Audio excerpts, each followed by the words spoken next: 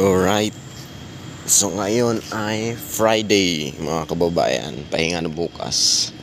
Our kind of Friday.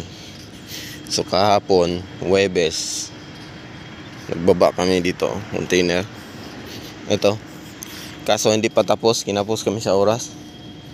Tapos sana yan, alas 2 na kasi kami nag-umpisa dyan, inuti na namin, alas 8.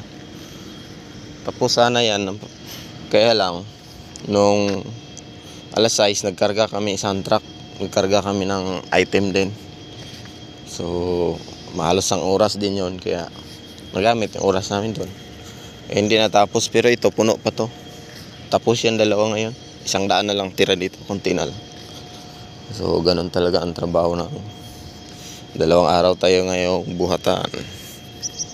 So ganun pa man, ganun talaga.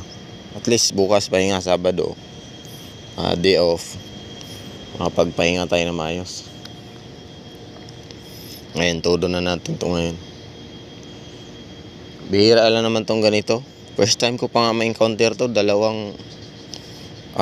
Hindi naman sa dalawang item, ay dalawang container, isang item lang yan, aluminum.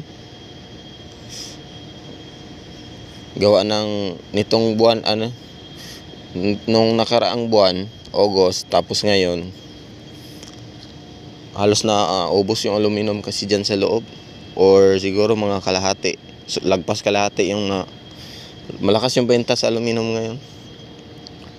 Hindi kasi yan dito ginawa, export din yan, ibang bansa rin, kasi yung makina dyan sa loob sira, matindi siguro yung sira niya, hindi ko na inahabot din, kaya nag-i-export na lang. Ngayon lang yan lumakas, kaya ngayon first time ko rin ma-encounter yan, dalawang container. Kasi madalas isang container lang pag naglo-load kami dyan, mga isang buwan isang container, pero ngayon dalawa. Gawa ng yung karga din namin nakaraan, pag nagkarga kami, ang dami aluminum, malakas talaga yung bilya ng aluminum ngayon. So yun,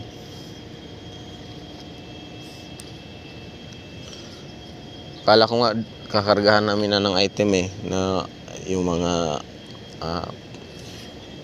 mga corrugated ba, yun madalas din na export din sa ibang bansa. Hindi pala,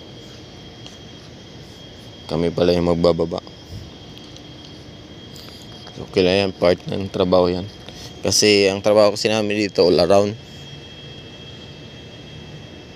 Once na-assign ka dyan, kung saan yung mga available na kasi dito ang laki ng building namin, kukunti lang kaming tao.